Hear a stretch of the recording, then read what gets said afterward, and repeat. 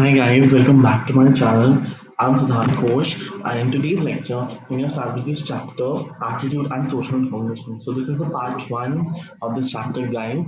So this we will continue this chapter in the coming days, 4 5 days, and we'll end this chapter very soon. So in this chapter, we're going to learn about social behavior, right?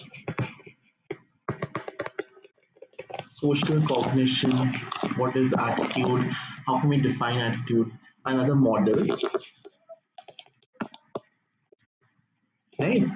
So this chapter is very easy, आप बहुत easy chapter है और हम लोग इसको अच्छे से समझेंगे. मैं आपको हिंदी में अच्छे से एक्सप्लेन करके समझाऊंगा, so it is easier, to get the concept of the topics.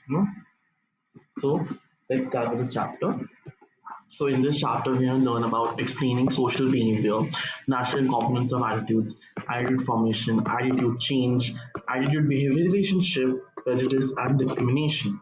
These are हम पढ़ने वाले हैं. These are the topics of this from this chapter, and ये आपकी मतलब in the coming board exam में आएगा 12th जो बोर्ड एग्जाम देगा ये सब टॉपिक्स आएंगे. तो गाइस लर्न मतलब प्लीज टेल मी आपको जो भी डाउट्स है please write in the comment and then I share your comments. So let's start with the chapter. So explaining social behavior. Social psychology क्या होता है? It is a scientific study of how people's thoughts, feelings, beliefs, intentions and goals constructed within a social context by the actual or imagined interaction with others. तो क्या scientific study क्या है? People के जो लोगों के जो थॉट्स होते हैं, फीलिंग्स होती हैं, उनके बिलीफ होते हैं, उनके जो इंटेंशंस होते हैं, गोल्स होते हैं, वो एक सोशल कॉन्टेक्स्ट से कंस्ट्रक्ट हुआ है by the actual imagined interaction, actual और imagined interaction with others. मतलब एक सोशल कॉन्टेक्स्ट में हम स्टडी कर सकते हैं कि लोग क्या सोच रहे हैं, लोग क्या नो लाइक फॉर एग्जांपल कुछ इंटरेक्शन हो रहा है इन सोशल गैदरिंग, कुछ लोग नए लोग मिल रहे हैं तो लोग मतलब इट्स लाइक लोग देख रहे हैं कि लोगों को क्या थॉट्स हैं. सोशल साइकोलॉजी यही है ना कि फीलिंग्स क्या है, बिलीव्स क्या है, उनके इंटेंशंस क्या है, उनका गोल क्या है, किसमें कंस्ट्रक्ट किया है with in a social context. ठीक है, by the actual imagined interaction with others. So, therefore, look at human behavior as influenced by other people. मतलब लोगों का जो influence हुआ है human का behavior by other people and the conditions with social behavior and feelings occur. किसकी conditions के अंदर? Social behavior के और feelings से. So Baron, Bryan and Searles 1989 में उन्होंने क्या सोशल साइकोलॉजी को कैसे डिफाइन किया? It's the scientific field that seeks to understand the nature and causes of individual in behavior in social situations. तो scientific field that seeks to understand मतलब क्या समझ मतलब एक फील्ड है, it's a scientific field जो सो लोगों के जो फीलिंग थॉट्स ना एनी इंडिविजुअल के इन सोशल सिचुएशन तो उनका बिहेवियर देखते कि कैसा है एक इंडिविजुअल का, उनका सेल्फ कॉन्सेप्ट. तो topics examine social include the self concept, उनका social cognition, attribution theory, social influence, group process, prejudice and discrimination, interpersonal processes, aggression and attitudes and stereotypes. So this is all in your social behavior. Social cognition. The combination of social attitude, impression formation, attribution, and pro-social behavior is called social cognition. It refers to the mental activities and functions related to gathering and interpretation of information about the social world. तो combination किसका? Attitude का होना चाहिए, information, impression formation, attribution and pro social behaviour. इनका जो combination बनता है वो सोशल कॉग्निशन होता है. इट किससे रेफर करता है? जो हमारे मेंटल एक्टिविटीज है, जो हमारे फंक्शंस हैं related to gathering and interpretation of information about the social world. मतलब हम फॉर्मेशन हम गैदरिंग में जाते हैं या किसी पार्टी में जाते हैं, हम इंटरेक्ट कर रहे हैं किसी इंडिविजुअल, किसी ह्यूमन बीइंग से हम इंटरेक्ट कर रहे हैं, तो information about the social world, तो ये सोशल कॉग्निशन उससे रेफर कर रहा है. तो social cognition of all individuals is affected by the social environment. Societal conditions in the society: peace, harmony, trust or aggression, frustration, disharmony, and distrust towards individuals, groups, people, relationships, and social issues. And people, impression formation when we make inferences about personal quality of people we meet. Inferences, ठीक है? Personal qualities ना हम सोचेंगे कि अरे हाँ ये इंसान ऐसे होगा, अरे हाँ ये इंसान तो बहुत अच्छा है, नहीं यार फेंक रहा है ऐसे बुरा, मतलब ऐसे एटीट्यूड दिखा रहा है। तो हम क्या कर रहे हैं, हम इन्फ्लुएंसेस बना रहे हैं ना, हम लोग जिस लोगों से मिलते हैं हाँ ये तो अच्छा है, वैसे करके इंप्रेशन फॉर्मेशन हो जाएगा आपका। तो इट इज व्हेन हम जब अपने इन्फ्लुएंसेस बनाते हैं अबाउट पर्सनल क्वालिटीज।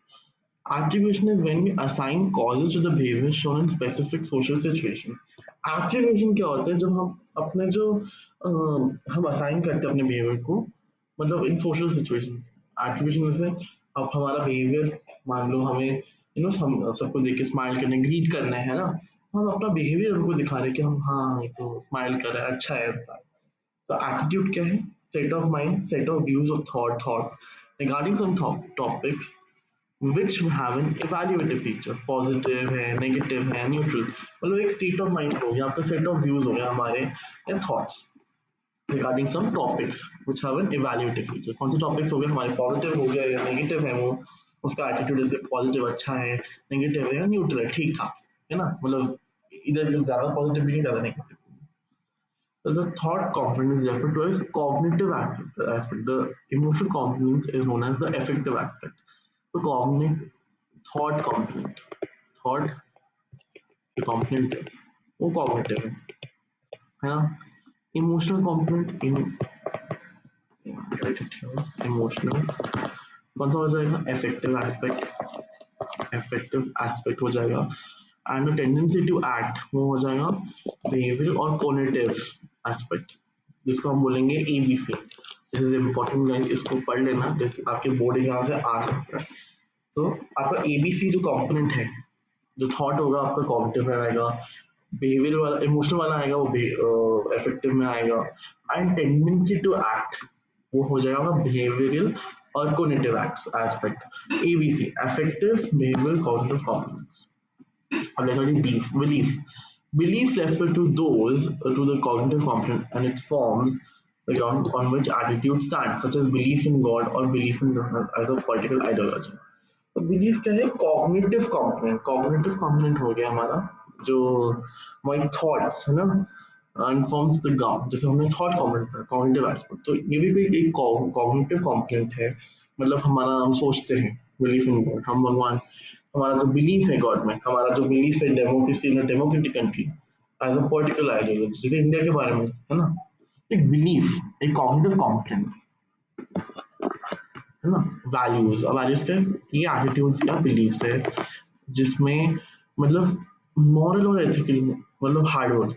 अब मान लो एक बंदा बोलता है कि I am hard working man, मेरे 99% इसलिए आए क्योंकि मैंने हार्ड वर्क से किया है ना, या ऑनेस्ट है अपने बारे में। हाँ मैं मान लो किसी ने कोई चॉकलेट चुराया है, उसने बोला कि yes he admitted that he had stolen the chocolate है ना।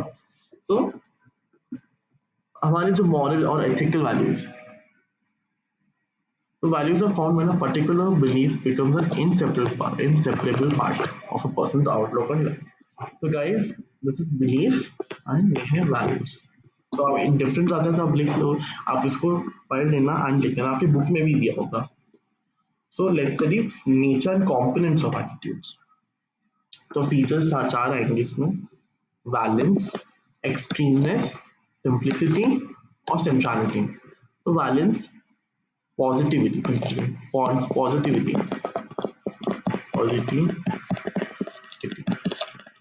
या नेगेटिविटी, एटीट्यूड कितना पॉजिटिव है कितना नेगेटिव। एक्सट्रीमनेस क्या हो जाएगा कि एक एटीट्यूड कितना पॉजिटिव है या नेगेटिव है। सिंप्लिसिटी और कॉम्प्लेक्सिटी क्या हो जाएगा, इस इसको मल्टीप्लेक्सिटी भी बोलते हैं। It refers to how many attitudes are there within a broader perspective. An system is said to be simple if it contains only one or few attitudes, and complex if it is made up of many attitudes। मतलब बताता है कि कितना मुझे attitude कितना positive है कितना negative है, राइट? तो ये आपका सिंप्लिसिटी हो जाएगा और जिसको कॉन्ट्रेस्टिटी भी बोलेंगे। सेंट्रलिटी क्या हो जाएगा? Role of a particular attitude in systems more than non central और peripheral attitude. So these were the features. So that's it for guys. That's it for today.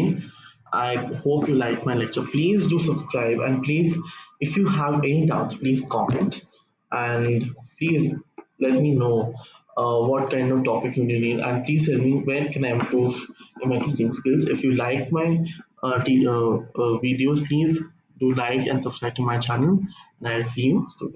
Bye.